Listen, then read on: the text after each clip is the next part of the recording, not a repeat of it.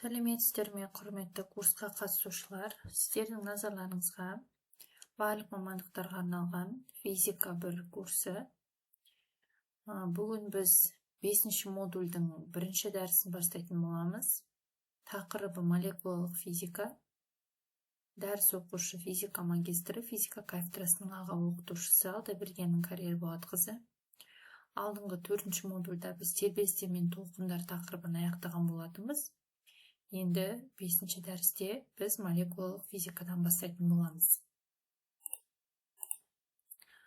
Дәрістің жоспары бойынша біз молекулалық физика, заттың мөлшері, массаның атомдық бірлігі, атомдық масса, Авогадро саны, газдың әмбебап тұрақтысы, бөлшектердің шоғырлануы, беттік қысым, ыдыстың қабырғасына түсетін газ қысымы, Паскаль заңы, гидравликалық домкрат, идеалды газ, статистикалық тарату, газ молекулаларының жылдамдығы, газдағы дыбыс жылдамдығы, жылдамдықтың абсолют мәні бойынша молекулалардың таралу заңы, Максвеллдің таралуы, барометрлік формула, Больцман таралуы, Максвелл-Больцман заңы, 1 секундтағы қақтығыстардың орташа саны, 1 секундтағы қақтығыстардың орташа саны, ұзындығы, газ молекулаларының еркін қозғалысының ұзындығы, диффузия,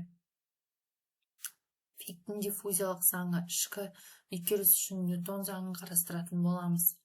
Ең алдымен біз молекулалық физиканың не екенін қарастырып алсақ, молекулалық физика денелердің молекулалық құрылысын қарастыру кезінде негізінде олардың физикалық қасиеттерін зерттейтін физиканың бөлімі.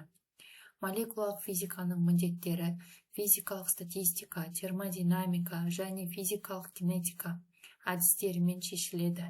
Олар физикалық денені құрайтын бөлшектердің, яғни атомдар, молекулалар, иондар қозғалысы мен өзара әрекеттесуін зерттеумен байланысты. Термодинамика жылу және энергияның басқа түрлерінің арақатынасы мен айналуын зерттейтін физика бөлімі.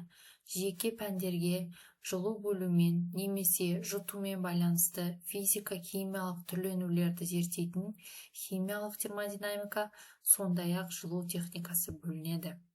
Термодинамика негізінен термодинамикалық тепе-теңдік күйіндегі макроскопиялық жүйелердің жалпы қасиеттерін және осы күйлер арасындағы өту процестерін зерттейді. Моль дегеніміз не? Моль газ тәрізді, сұйық немесе қатты күйдегі заттардың мөлшерін өлшеу бірлігі. Заттың мөлшері дегеніміз заттың құрамындағы бір типті құрылымдық бірліктердің санын сипаттайтын физикалық шама. Құрылымдық бірліктер деп зат құрамына кіретін атомдар, иондар, молекулалар, электрондар немесе кез келген басқа бөлшектер түсіндіріледі. Заттың мольдік массасы дегеніміз заттың бір молінің массасы. Мю тең АМ НА немесе мю тең М бөлінген мю. Газ қоспасы үшін М тең сумма МИ бөлінген сумма ню И. Жеке химиялық элементтер үшін мольдік массасы осы элементтің жеке атомдарының бір молінің массасы болып табылады. Бұл жағдайда мольде көрсетілген элементтің молярлық массасы сандық массаның атомдық бірлігінде көрсетілген элемент атомының массасымен сәйкес келеді. Мольдік масса және молекулалық масса тек сандық шамалары тең және өлшем бірліктеріне қарай ерекшеленеді. Массаның атомдық бірлігі. Массаның бірлігі ол 12 Цельсий МС көміртек изотопының 12-ден 1 массасына тең.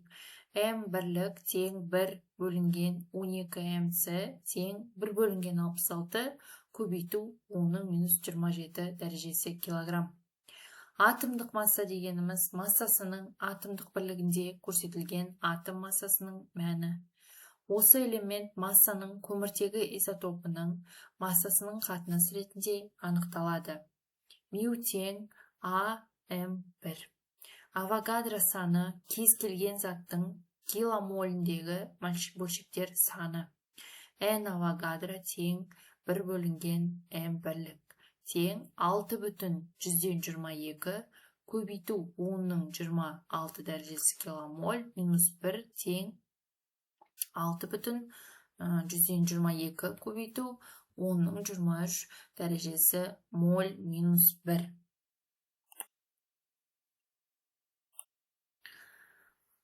Лашмит саны қалыпты жағдайда көлемі 1 метр куб болатын идеалды газ молекулаларының саны.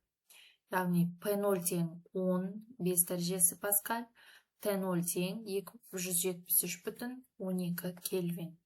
NL тең P0 бөлінген KT0 тең 2,68 көбейту 10-25 дәрежесі метр минус 3 дәрежесі. Газдың әмбебап тұрақтысы дегеніміз не?